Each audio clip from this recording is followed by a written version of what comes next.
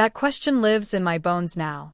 It echoes every time I walk past a family gathered at a restaurant, every time I see siblings taking goofy selfies at a park, and every time I see a mother tuck her child's hair behind her ear, lovingly, gently, the way my mother used to before she stopped looking at me altogether. My name is Rachel Monroe, and once upon a time, I thought I belonged to a home, to a family, to a love that could never break.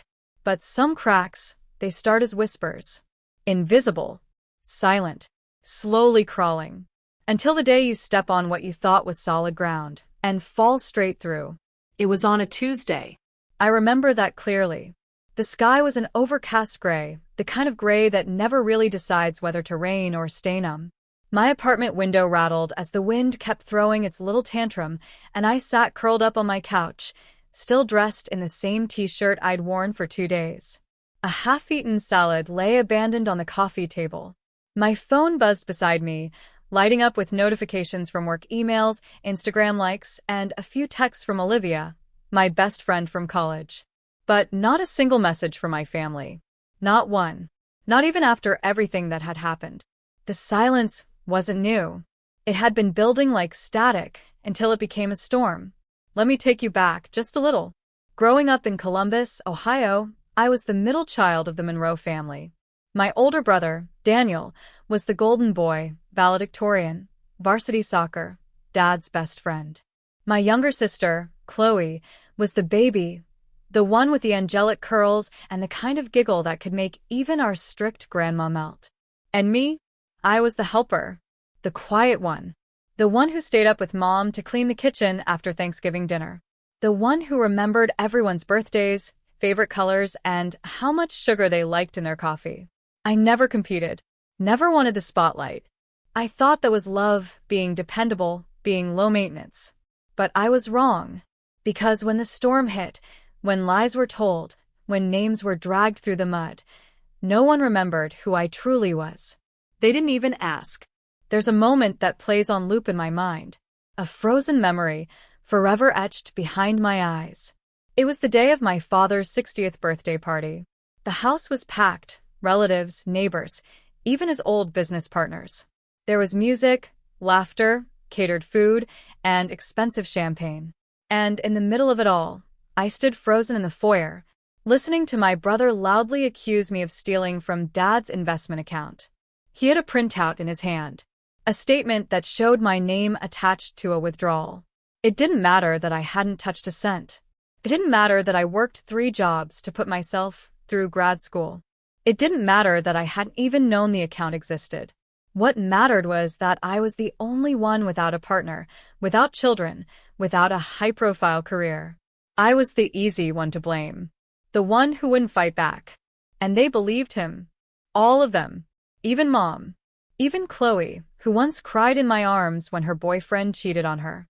I remember the way Dad looked at me that night, his eyes heavy with disappointment, his lips pressed into a thin line. He didn't say a word. He just turned his back. I left that night and never returned. No one called to check if I got home safely. No one followed up. Not even a text to ask if the accusation was true. And as days became weeks, and weeks became months, the silence hardened into truth. At least for them. But for me, it was a wound that refused to close. The funny thing is, grief doesn't come all at once. It trickles in. It arrives when you're grocery shopping and see your mom's favorite brand of cereal. It sneaks up during Christmas when no one calls. It hits hardest when you achieve something incredible and have no one to tell. But let me tell you something else. Silence may break you, but it also rebuilds you. And in that silence, I discovered something that I never really knew before. Who I was without them. It started small. I began writing again. Short poems, journal entries, messy thoughts I never dared share aloud. Then Olivia introduced me to a local writers group, and for the first time, I spoke my truth to strangers who didn't flinch, who didn't doubt me. They listened. They saw me. I started freelancing, copywriting, editing, even ghostwriting. I watched Daniel get flown to sports tournaments. Watched Chloe take summer theater in New York. And I stayed behind, helping Mom redecorate the kitchen. I remember one winter, I must have been 15, I won a regional writing contest. It wasn't a big deal to the world, but to me, it was everything. My story was printed in the local paper. They called me an insightful young voice. I brought the paper home, brimming with pride, laid it on the dining table, waited for someone to notice. No one did. Later, I saw the paper in the recycling bin. Unopened. Unread. That night, I cried silently into my pillow, telling myself it didn't matter. But it did. God, it did. After high school, I worked part-time jobs to save for college. Retail, babysitting, waitressing at a diner where the tips were miserable. Daniel got into UCLA with a football scholarship. Chloe deferred a year to find herself in Italy. I got into a state university. Nothing fancy. But I was proud. I had earned every bit of it on my own. Still, the support wasn't there. When Dad helped Daniel buy a car, he called it an investment. When I asked if he could co-sign a small student loan for me, he said, "You need to learn to be independent."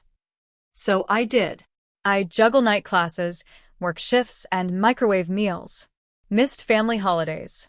Missed birthdays. But no one noticed I was gone. By the time I graduated, I had a bachelor's in communications and zero savings. I came back home for a bit, hoping for a breather. But things were cold. Chloe was planning her wedding. Daniel was working with Dad in real estate and always too busy. Mom had taken up pottery and barely looked up from her phone when I walked in the room. I tried to insert myself back in. Tried to make dinner, plan game nights, ask about their lives. But everything had shifted. They treated me like a house guest. Polite. Surface level. No one asked about my dreams, my plans, my fears. So I stopped sharing them. My relationship with my father was the hardest. He wasn't cruel, just distant. His affection came in the form of nods or, "Good job," muttered without eye contact. He respected success, money, big moves. And I didn't have those. Not yet. I once overheard him telling someone, "Rachel's always been a little unsure of herself." It gutted me, because the truth was I was always sure. I just wasn't seen. Despite everything, I kept showing up. Birthdays, holidays, Chloe's baby shower, Daniel's promotion party. I brought gifts. I smiled. I helped clean up. Always the helper. Always the background. But the last straw came with the accusation. Daniel had messed up. That much was clear. He had been involved in some shady deal, real estate flipping gone wrong, losses mounting, fingers pointing. And somehow, my name ended up on a bank document.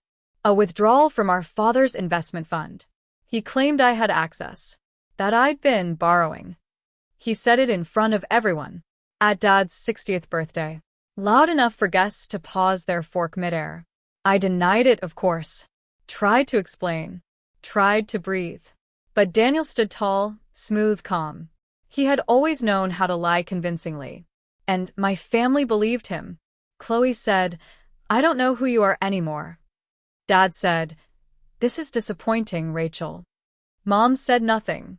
They told me to leave. So I did. I remember packing my things in silence. I didn't fight. Didn't scream. Didn't beg. I just left. And the world went quiet. That silence was brutal. Like living underwater. Every sound muffled. Every memory a scream. But in that silence, I slowly began to breathe. To see myself.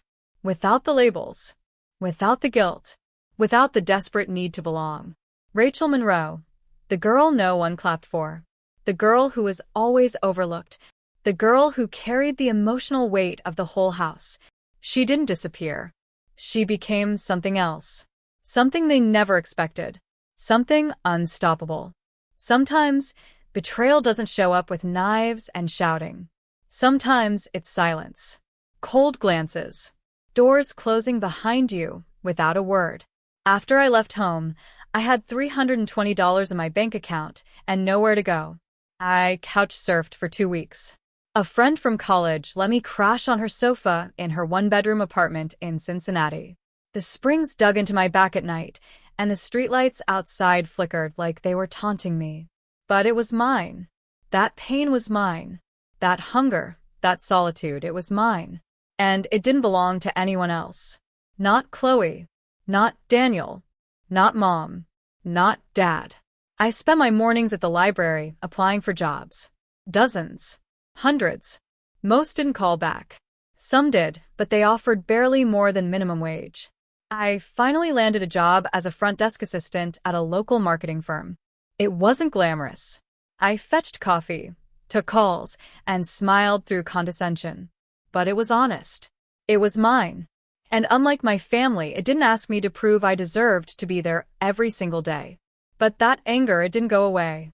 It fermented, bubbled beneath the surface like lava waiting to break through.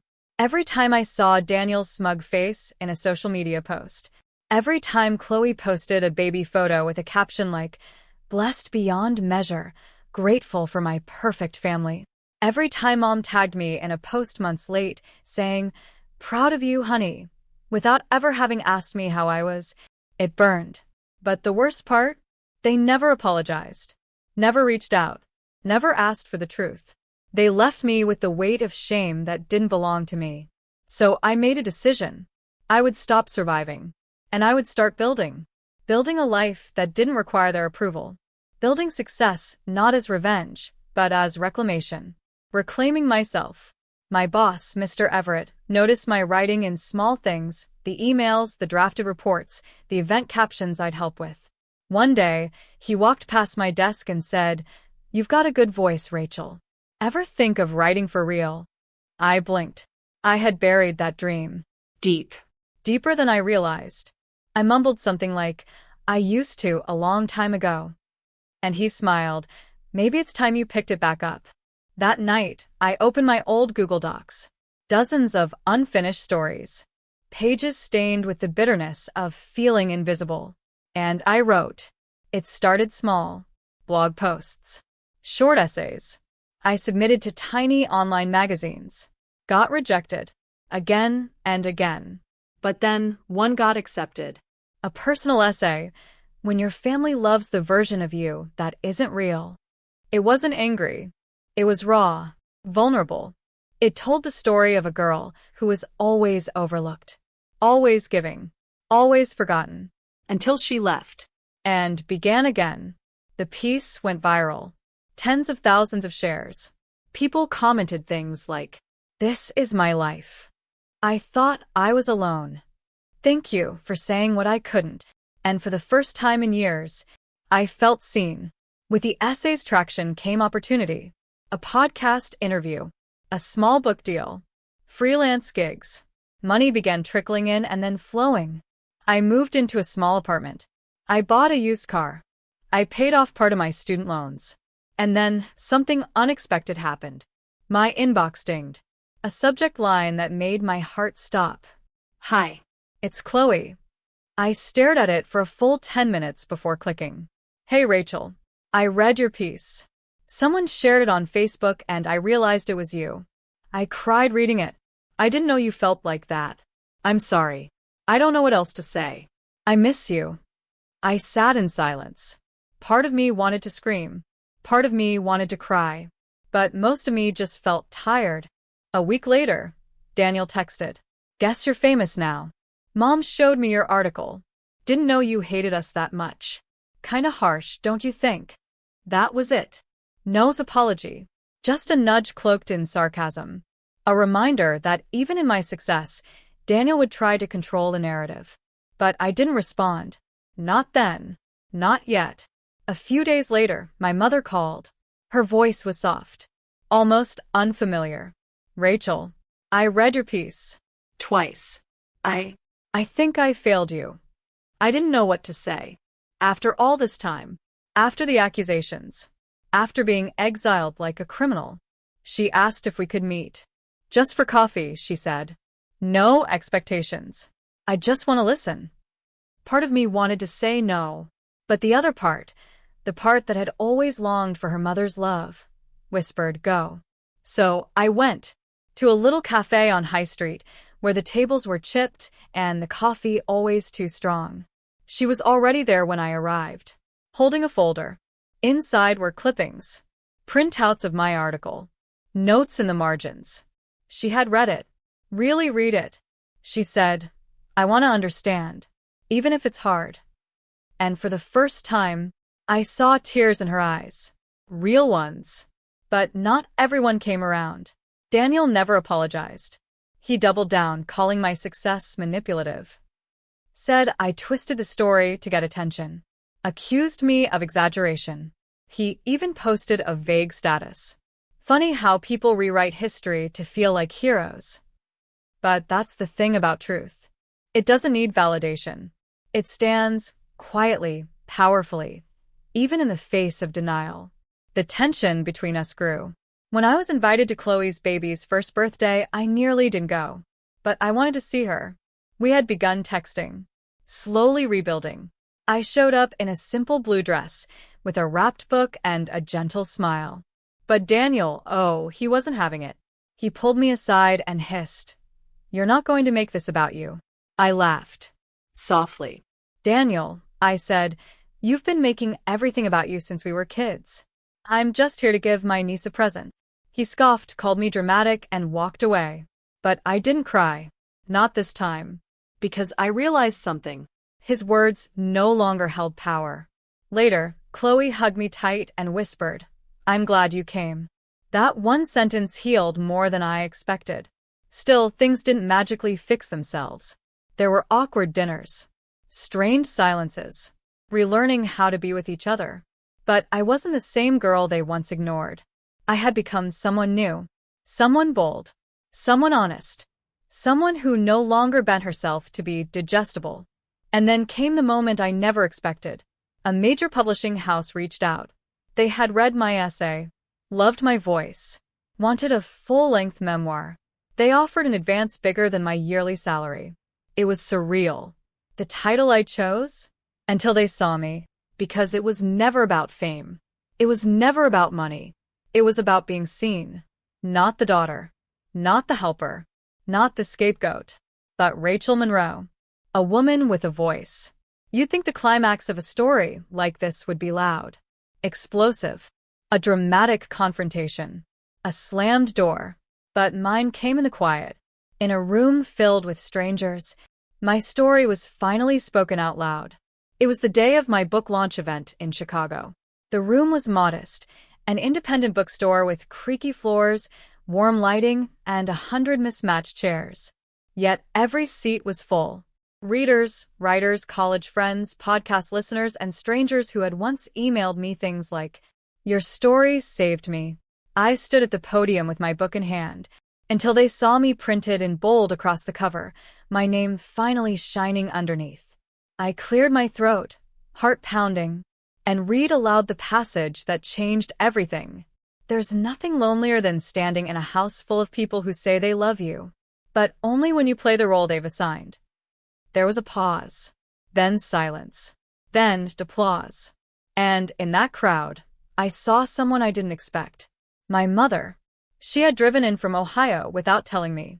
She sat near the back, dressed in soft beige, tears staining her cheeks. And beside her, Chloe, clutching a copy of the book to her chest. Eyes red, hands trembling. After the reading, there was a line for signatures. One by one, people came up. Some hugged me, some cried. Some thanked me for saying what they never could. When Chloe reached the table, she didn't say a word. She simply opened the front cover and handed me the book. Inside, I saw her note. To my sister. I see you now. I'm sorry I didn't sooner. My hands shook. I signed beneath it. To Chloe. Thank you for coming back. Then Mom came. Her hands were nervous. Older than I remembered. Softer too. I read it 3 times, she said. I cried all 3. I didn't know how to respond. For years, I had imagined this moment, and in every version, I was either screaming or walking away. But in this version, I said, I'm glad you're here. She took my hand. I'm proud of you. I don't say it enough. I don't know if I ever said it when it mattered. And for once, I let her hold my hand. But not all reunions are soft. Daniel didn't show up. In fact, the night after the event, he posted another dig online. Some people cash in on trauma. Hope the check clears. That hurt. Not because I believed it, but because I had once loved him so fiercely. My older brother. My protector. But that version of him no longer existed. He had chosen pride. I had chosen peace. A few weeks later, the New York Times called my book an anthem for the overlooked. I was invited to speak at universities, podcasts, book clubs. Everywhere I went, I carried the weight of other people's stories. People like me. People who had been betrayed not by strangers, but by their own blood. And slowly I started to heal, not because of recognition, but because I no longer had to pretend. I didn't need to be the perfect daughter, or the agreeable sister, or the resilient one who never broke down. I could just be Rachel. One day, I got a call from a local school. They were doing a community reading program and had chosen my memoir. They asked if I'd be willing to come speak. I agreed, not thinking much of it. But when I arrived, something hit me in the chest like a freight train. It was my old high school. The halls were smaller than I remembered. The air smelled like old paper and cafeteria food. I walked past the gym where I once hid after Chloe mocked me in front of her friends. Past the auditorium where Daniel had once accepted an award while I sat in the shadows. Now, I was the guest speaker. I walked onto that stage with a calm fire inside me and said, for years, I thought I had to earn love by shrinking myself. I thought I had to twist myself into the shape others wanted just to be accepted. But what I learned, and what I hope you'll learn sooner than I did, is that you are not meant to be invisible to the people who claim to love you. And if they can't see you, that's not your failure. It's theirs. Afterward, a teenage girl came up, mascara streaked down her cheeks. She whispered, I live with people who don't see me either. I hugged her and said, then let's make sure you see you. Every single day. Months passed. Daniel never apologized. But I stopped waiting. Some apologies never come. Some people never change. And that's not our responsibility. My mother and I continued to rebuild. Slowly. Cautiously. She asked questions. She listened more than she spoke. And one evening, while walking through a small park in Columbus, she said, I think I didn't know how to love a daughter who didn't fit the mold I had in my head. But I want to try now. Not to love the version I hoped for, but the woman you are. I cried. Not the loud sobs of grief, but the quiet tears of relief. And Chloe, she surprised me the most. She started therapy. She admitted her jealousy, her insecurity, her guilt. We talked for hours over coffee and late-night texts. One night, she sent me a voice memo. I used to think you were just dramatic, that you wanted attention. But the truth is, I just didn't want to face how broken we were. You were the brave one. I was just too afraid to admit it. I played that voice memo on repeat, until it sank deep into the cracks betrayal had left in my heart. I still have bad days. I still sometimes flinch when I hear certain words, still hesitate before answering unknown numbers. But I am no longer stuck. My story didn't end with their betrayal. It began there. You've heard my story. Maybe parts of it felt too close to home. Maybe you've been the person in the shadows. The one who smiles politely at dinner tables while choking on silence. Or maybe you've been the one who stood back, letting someone else carry the weight because you were afraid to look in the mirror. Either way, you're here. And that means something. Let me tell you a truth that took me 30 years to learn. Being betrayed by the people you love doesn't mean you are unlovable. It doesn't mean you're dramatic, or broken, or too much, or too difficult to understand. It means they couldn't love you in the way you deserved. And that is not your fault. There's a moment in every person's life when they must decide. Do I continue living as the version of myself that others approve of? Or do I take the risk to become who I really am, even if it means walking alone for a while? I chose the latter. And yes, there were days I cried on my bathroom floor. Nights I stared at my ceiling wondering if I had made a mistake. But then came the days when I woke up and felt light, free, unapologetically me. Not perfect, not polished, but authentic. And that feeling, that peace, that quiet joy, It's worth every tear, every goodbye, every family member who ghosted you after you finally said, "I will not shrink to fit your comfort anymore." I want you to know, if your family couldn't love you loudly, you are allowed to create a new family.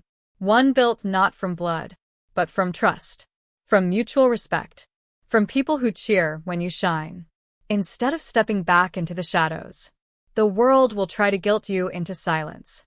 They'll say, "But they're your family. They did their best. At least they didn't abandon you." But here's what I say. If someone constantly breaks you down and expects you to keep smiling through it, that's not love. That's control. That's emotional abandonment. And yes, even family can betray you in 1,000 quiet ways. I'll never get back those years I lost pretending everything was fine, but I will use every year ahead to live as myself.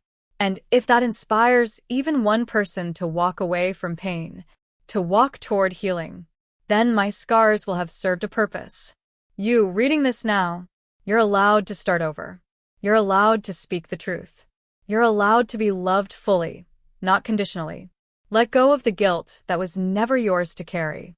Walk away from people who only love a version of you that stays silent. And if you're the one who's hurt someone, go to them. Be brave enough to say, "I see you now. I'm sorry it took so long." People say family is everything. But I've learned this. Your peace is everything. Your truth is everything. Your healing is everything. Because once you begin to heal, you stop bleeding on people who didn't even hurt you. You stop bending yourself to fit into rooms that were never built for you. And eventually, you look around and realize you're not alone anymore. So I'll leave you with this question. What would your life look like if you stopped apologizing for existing? What would change if you stopped asking for permission to be yourself? Let your story begin now. Not in bitterness, but in boldness. Not in anger, but in awareness. Not in revenge, but in rebirth. To everyone who's ever felt invisible, unheard, or unloved by their own family, you are so much more than what they failed to see. You are art. You are light. You are worth the love you keep trying to give to others. Start giving it to yourself.